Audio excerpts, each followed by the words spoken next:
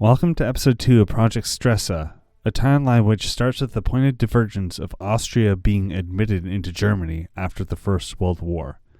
In our last video, we had covered the plausible reactions of France and Italy following Austria's ascension into Germany. During the chaos of the following years, the French and Italian states would support secessionist movements in the Republic in order to improve their geopolitical position. However, the League of Nations had intervened to prevent another war in Europe. These developments would lead to the French populace being more and more disillusioned with democracy. With the rise of fascism in Italy, the far right are able to adopt this new ideology and attract more disillusioned people to their cause. While the rise of fascism in France would not be significant enough to cause any political shifts in the 1920s, the far right would get their perfect opportunity to take over in 1934 in the wake of the Stravinsky affair. An event which happened in France in real life, Alexander Stravinsky was embezzling funds from the French government. He was found dead. His death was ruled a suicide, but many were skeptical. The right wing accused the left-wing government of ensuring his death to avoid the implication of his governmental accomplices. Riots ensued, with 15 people dying as a result of riot-breaking procedures. While in our timeline, it would trigger a democratic transition of power towards a right-wing bloc. In this timeline, it would be a forceful one. Philippe Pétain would, with the support of the far-right leagues and loyal military men, stage a coup. The military dictatorship would soon proclaim a Fourth Republic, which, while claiming to respect the democratic institutions of the Third Republic, would functionally operate as a dictatorship. A large coalition of right-wing parties backed the new government, including Jacques Doriot of the PPF, François Delaroque in the Cross of Fire, Marcel Picard's Francis movement, Charles Maurras and the Monarchist Integralist Action Française, and Marcel Détat's Neo-Socialists. These leagues would all fight for influence as the aging figurehead of Pétain slowly lost control of the situation. The Fourth French Republic would pursue close relations with the Italian state, supporting their invasion of Ethiopia in the League of Nations, as well as revoking their guarantees towards Yugoslavia, which had been eyed by Italy and other ideologically aligned nations in the Balkans. During these developments in the French mainland, there was a boiling point with its Mandate of Syria. After the Great War, the French and British carved out their slices of the Fertile Crescent as agreed upon within the Sykes-Picot Agreement. However, the League of Nations' mission of creating world peace and upholding ideals of self-determination led to the foundation of the Mandate system. A League of Nations mandate was a region that was supervised by a foreign power, but to be eventually granted full independence.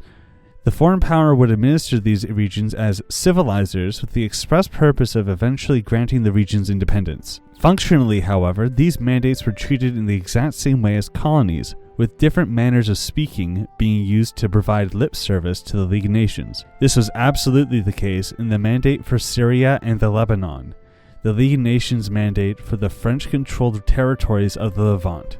During the French purview of the mandate, several governments were established, but were soon deposed by civilian unrest each time, mostly due to the heavy influence France had attempted to exert onto the people of Syria, in direct opposition to their supposed role as civilizers.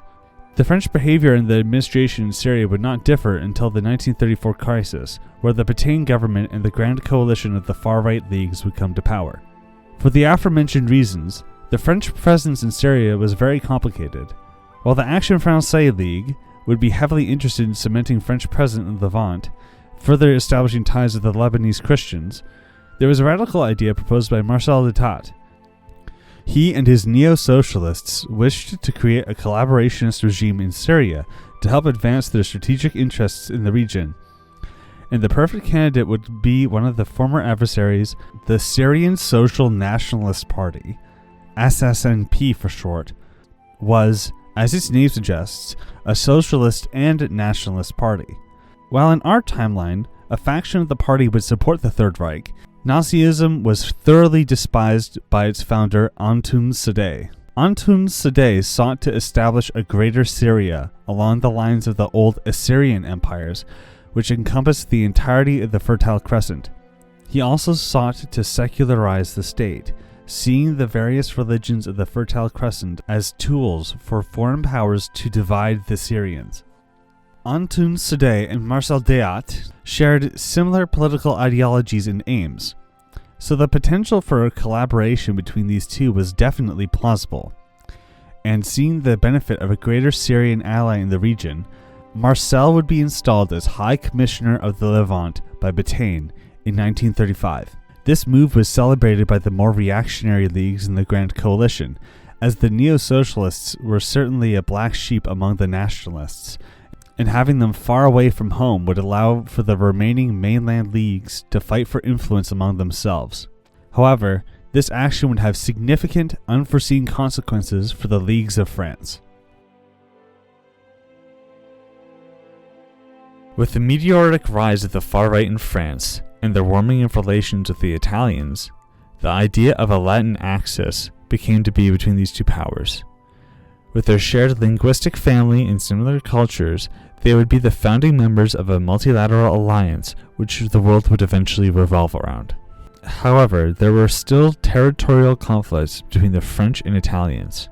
France controlled Nice, Savoy, and the island of Corsica. These territories were considered to be a fundamental part of Greater Italy, and as a Greater Italy was one of Mussolini's biggest ambitions, it would be the largest thorn in the side of a potential axis forming between France and Italy. While France and Italy would not be able to reconcile these territorial disputes, France would grant Italy Djibouti as well as Tunis, as these colonial territories were highly sought after by the Italians, but were not that meaningful to the French. With the colonial concessions of France, Italy was confident in France's intentions, and they soon would found the Latin Axis together. The military in Spain attempted to coup the Republican government. This attempt by the Spanish to coup the Republic mirrored the efforts of France. However, they were not successful, and thus a civil war ensued between the nationalists and the Republicans. With the outbreak of the Spanish Civil War, no doubt taking inspiration from France's successful far-right coup, the Italians and French would recognize and support Franco's nationalist government. Concerned by Franco-Italian political maneuvering, Germany and Britain would both covertly support the Spanish Republic alongside the Soviet Union. As fighting in the Spanish Civil War continued, instability in Yugoslavia caused the Italians to begin arbitrating for them and their allies' lands to be distributed to their rightful owners. Italy had assurances from Batagne's France that they would support their arbitration towards Yugoslavia.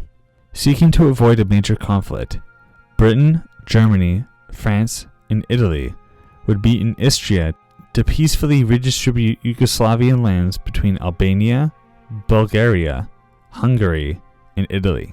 Yugoslavia agreed, much to their dismay, to the redistribution of their territories. While Chamberlain may have came back home with a piece of paper that said that there would be peace in our time, the reality was that Germany and Britain could no longer deny that war was on the horizon.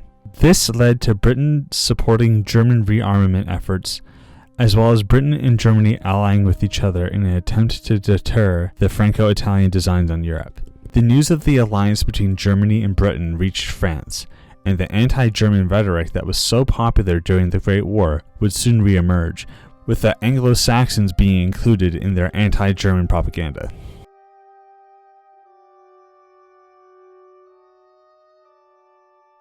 Marcel Déat would eventually succeed in his gamble with Antoun Sadeh, creating a stable regime in Syria loyal to France, the Free State of Syria. Marcel Déat would gain a reputation as a master political operator. Through his gamble in Syria, he was able to stabilize the region, install a friendly and loyal government, and grant France the prestige of truthfully adhering to the principles of the League of Nations and their mandate system, causing unrest in the remaining Western powers' mandates, as they sought the same sort of treatment that the benevolent French state had given Syria. It's worth mentioning that the only reason this had been considered is due to the British and their actions regarding their Iraq mandate, so to claim that this is purely a French idea would be inaccurate. However, it would be promoted as such to the French populace. As recognition for his success in Syria, Marcel Déat and his neo-socialists soon skyrocketed in influence within the squabbling leagues of France. What was once considered a black sheep of the leagues was soon revealed to be a wolf in sheep's clothing. as neo-socialism became more and more influential in the Fourth Republic. With the Spanish Civil War ending in 1939 with a nationalist Spanish victory, many feared that Franco would sign on to the Latin Axis.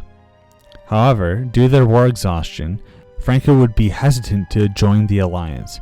France and Italy would begin investing heavily into the Spanish reconstruction efforts. Despite the Italians' guarantee that their ambitions in the Balkans were resolved with the outcome of the Istria Conference, it was clear that there was a bold-faced lie, as on April 7, 1939, the Italians subjugated the Greater Albania that they had raised to prominence into a protectorate. With the annexation of Albania, Italy was able to further exert its military pressure into Yugoslavia. Realizing that Yugoslavia itself would either join the fascists or perish, the Yugoslavians were pressured to join the Latin Axis. Shortly after its signing, democratic elements within Yugoslavia executed a coup and overturned the signature. Italy soon declared war on the illegitimate Yugoslavian state. With Italian troop movements so close to their lands, Germany moved troops into Austria and the Rhineland. As the perfect casus belli, France and Italy both declared war on Germany for violating the Treaty of Versailles. Out of support for Yugoslavia and Germany, Britain joined the fight against France, Italy, and their allies. As it turned out, Ferdinand Foch's predictions of a 20-year armistice would be true. However, in this timeline, it would be France's own bloodlust that would trigger it.